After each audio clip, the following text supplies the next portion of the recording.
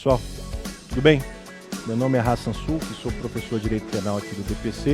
Estou aqui para convidar todos vocês a participar do nosso curso OAB Estratégico, primeira etapa, onde serão abordadas as principais matérias que caem no exame do OAB de uma forma didática, dinâmica.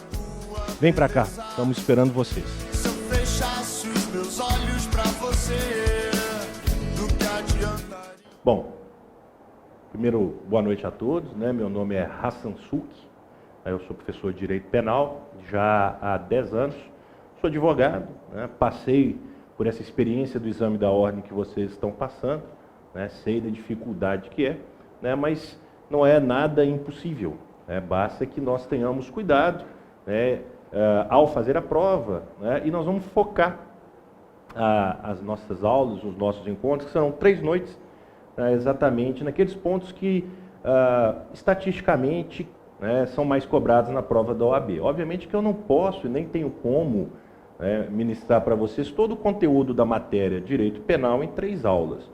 Vocês sabem que essa matéria ela é dividida na faculdade em 4 semestres e algumas até 5. Então ficaria algo um tanto quanto impossível.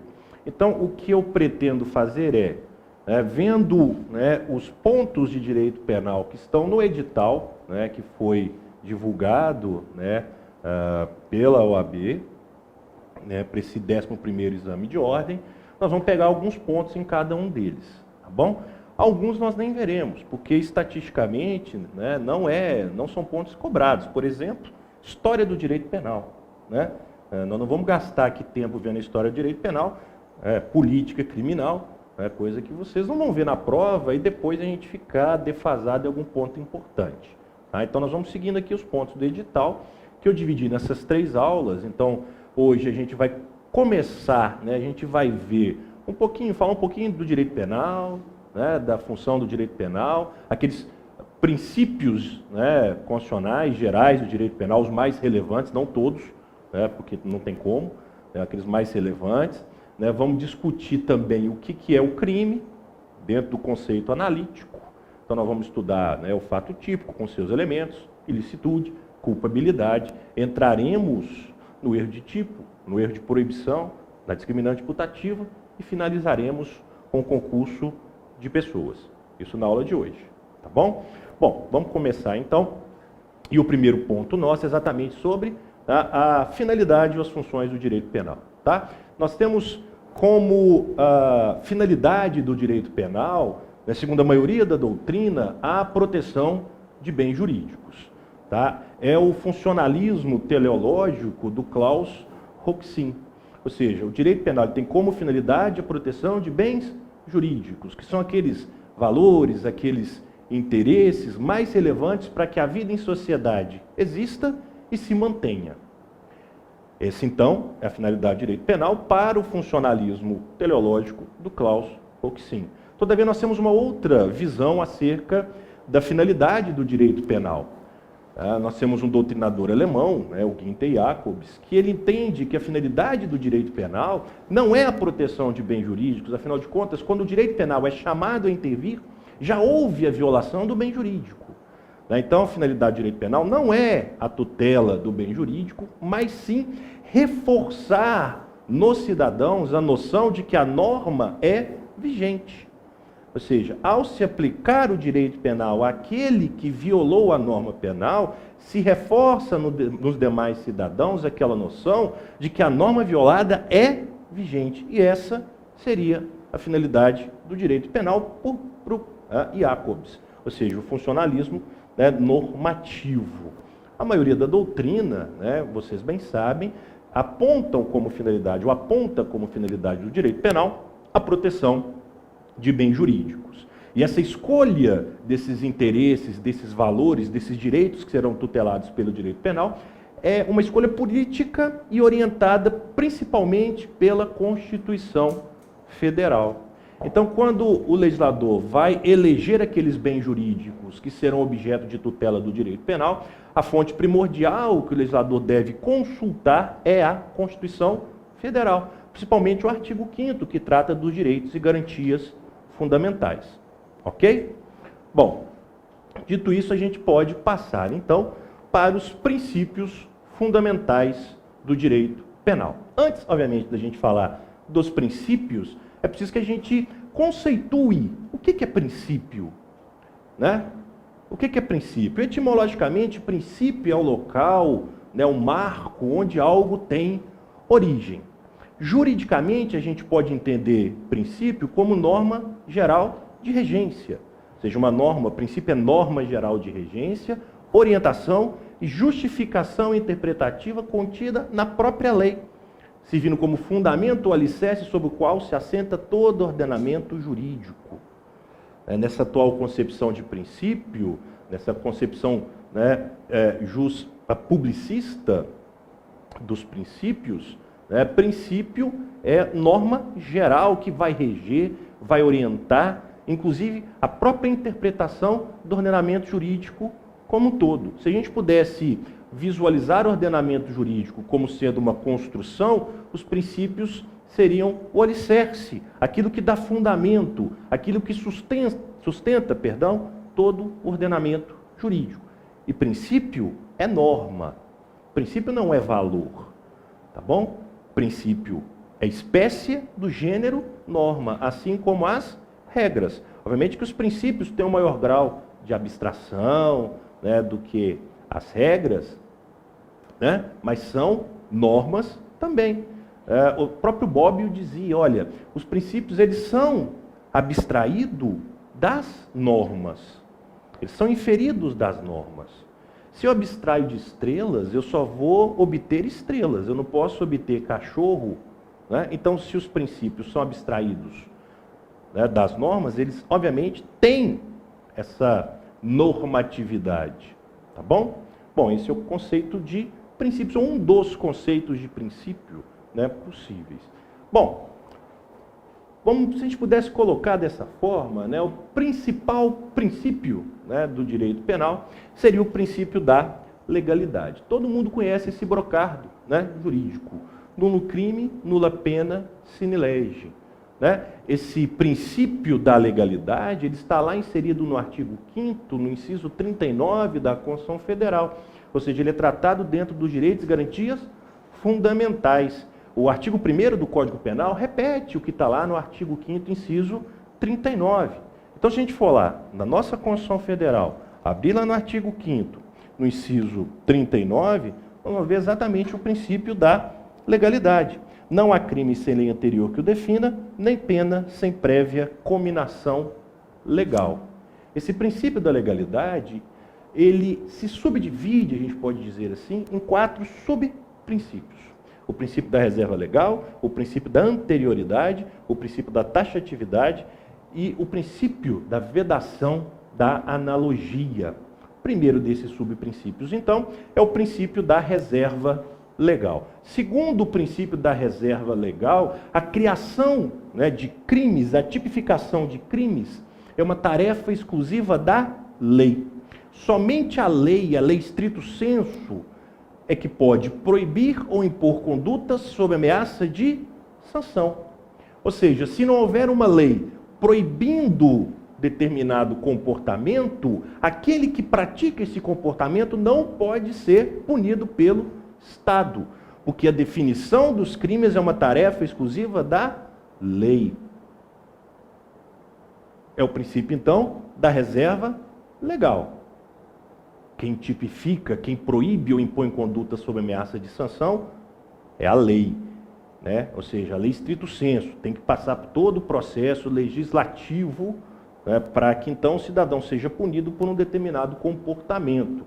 O princípio da anterioridade complementa, vamos dizer assim, o princípio da reserva legal. De nada adiantaria prever que para a punição de alguém é preciso que haja uma lei proibindo ou impondo determinada conduta sob ameaça de sanção, se o cidadão pudesse ser punido por um comportamento que não era previsto como crime quando da sua prática. Ou seja, o princípio da anterioridade dispõe que o cidadão só pode ser punido por um fato criminoso se esse fato já era previsto como tal no momento da prática da conduta. Tá bom?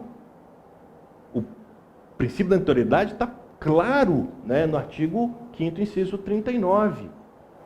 Né? Não há crime sem lei anterior que o defina. Tá bom? Bom, o próximo subprincípio do princípio da legalidade é o princípio da taxatividade. Bom, a gente sabe então que a definição, a previsão dos crimes é uma tarefa exclusiva da lei. Mas a lei, ao proibir ou impor uma conduta sob ameaça de sanção, deve fazê-lo de forma detalhada. Ou seja, não pode haver incriminações vagas, incriminações imprecisas. Ou seja, é preciso que a conduta proibida ou imposta pela lei sob ameaça de sanção seja descrita no tipo penal de forma detalhada, para que o destinatário da norma, que somos nós, possa saber qual o comportamento efetivamente que está sendo imposto ou está sendo proibido. Tá bom? Então a gente nunca vai ver, ou pelo menos não deveria ver, uma norma penal dizendo assim, é proibido praticar ato de terrorismo.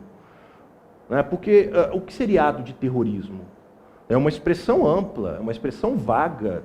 E, em última análise, isso deixaria aberta uma possibilidade ampla de punição por parte do Estado. Ou seja, um ato de terrorismo seria tudo aquilo que os detentores do poder entendessem como tal. Tá bom? Interessante, então, a gente perceber que esse princípio da legalidade, como todos os demais que nós veremos, na verdade, eles vão limitar a possibilidade de utilização do direito penal pelo Estado. Por isso que eles vão servir como uma garantia para o cidadão contra o uso abusivo do direito penal por parte do Estado. Tá bom? E o último subprincípio aqui do princípio da legalidade é aquele princípio que veda a utilização da analogia. É possível a utilização da analogia no direito penal? Sim, é possível. Somente em bonam partem, ou seja, somente em benefício do cidadão, do acusado, do réu. Em malam partem, não.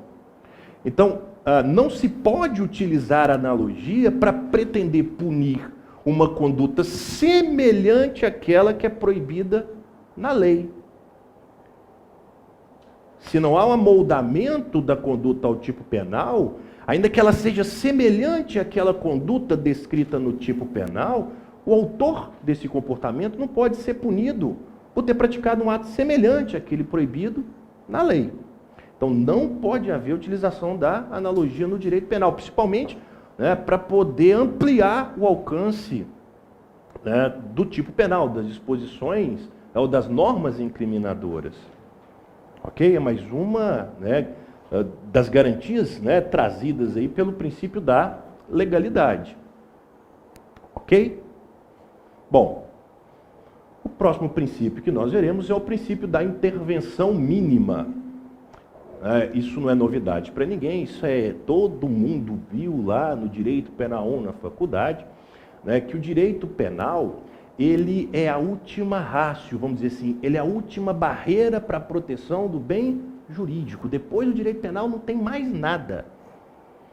Ou seja, não se pode banalizar a utilização do direito penal, sob pena de, inclusive, retirar a sua força, a sua impositividade.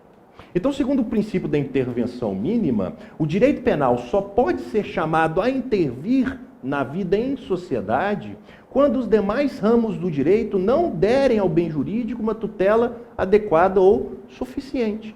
Se o bem jurídico for tutelado de forma adequada, por outros ramos do direito ou por outras formas de controle social, são essas outras formas, esses outros ramos que deverão ser utilizados, e não o direito penal. Tá bom? É o princípio da intervenção mínima. Bom, o próximo princípio é o princípio da lesividade, é um princípio importantíssimo.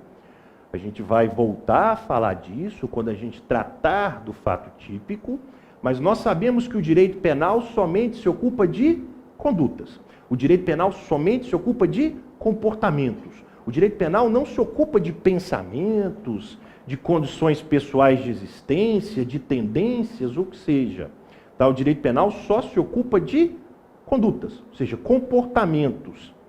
desde que, obviamente, esses comportamentos venham a trazer lesão ou ameaça de lesão a bem jurídico pertencente a terceiro. O direito penal, então, só se ocupa de condutas que lesionem ou ameacem de lesão bens jurídicos pertencentes a terceiros.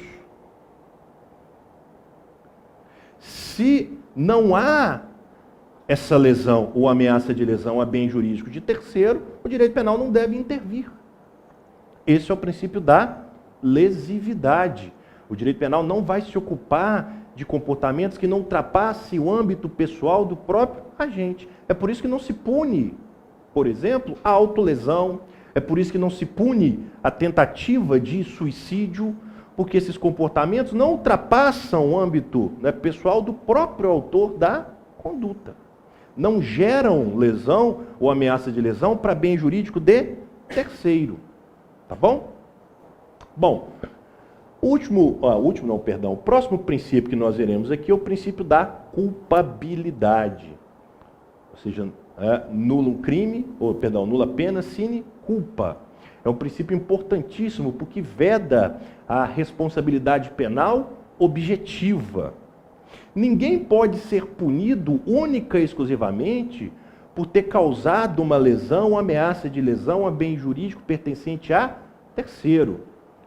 Para que haja punição, é preciso que o causador dessa lesão ou da ameaça de lesão tenha agido ou com dolo ou pelo menos com culpa. A responsabilidade penal, então, é uma responsabilidade subjetiva. Se não houver dolo, se não houver culpa, não há que se falar em crime, não há que se falar em responsabilidade penal, porque responsabilidade penal, volto a dizer, é uma responsabilidade subjetiva. Somente o direito penal pode punir aquele que causou uma lesão ou ameaça, né, de lesão a bem jurídico de terceiro de forma intencional ou pelo menos através de uma atuação descuidada. Ok? Bom, o próximo e último princípio que a gente vai tratar, né, que estatisticamente é também um dos princípios que a OAB, né, gosta, né, de cobrar nas provas, é o princípio da insignificância. Tá bom? Esse princípio ele foi, vamos dizer assim, criado pelo Klaus Roxin, né, e ele vai dispor que o direito penal não vai intervir se a conduta praticada pelo agente não tenha causado uma lesão significativa ao bem jurídico penalmente tutelado. Ou seja, o direito penal não se ocupa de bagatelas, o direito penal não se ocupa de insignificâncias. Então, ainda que tenha havido uma lesão ao bem jurídico, se essa lesão é insignificante, não há por que haver a atuação do direito penal. Não há por que se lançar a mão do direito penal, exatamente em virtude da insignificância da lesão. Nós vamos voltar a falar disso, do princípio da insignificância, quando a gente estiver falando da tipicidade material. E a gente vai ver que o princípio da insignificância, ele vai retirar a tipicidade da conduta praticada pelo agente. Então, a atuação do princípio da insignificância faz com que a conduta do sujeito seja atípica. Ou seja, será que é preciso o direito penal atuar, né, quando, por exemplo, alguém descuidadamente, ao dar ré no seu veículo, esbarra em um pedestre e causa nele uma lesão, né, de 2 centímetros? Sabe aquelas lesões que ficam branquinhas, nem sangra direito? Será que o direito penal deve ser chamado para intervir? É preciso do direito penal? Ou seja, nós vamos utilizar uma bazuca para matar uma formiga? Não tem necessidade, né? Então, o princípio da insignificância, ele vai fazer ou ele vai levar à atipicidade da conduta praticada pelo agente, tá bom? Falta a chamada tipicidade material, que daqui a pouquinho nós vamos falar o que é. Ok, gente? Alguma dúvida com relação a esses princípios que nós falamos? Não? Bom, são princípios básicos, né, do direito penal. Como eu disse para vocês, não tem como a gente analisar todos, né? Nós não temos tempo para isso. Então, separei aqueles que estatisticamente né, são mais cobrados e que têm maior probabilidade de serem cobrados na prova da OAB, que é o exame que vocês vão se submeter, tá bom? Passemos então para o próximo ponto do edital. Próximo ponto é a aplicação da lei penal. Então, nós vamos falar agora da aplicação da lei penal no tempo e aplicação da lei penal no espaço. Tá bom? Primeira coisa, antes da gente falar da aplicação da lei no tempo, a gente tem que lembrar que a lei, né, ela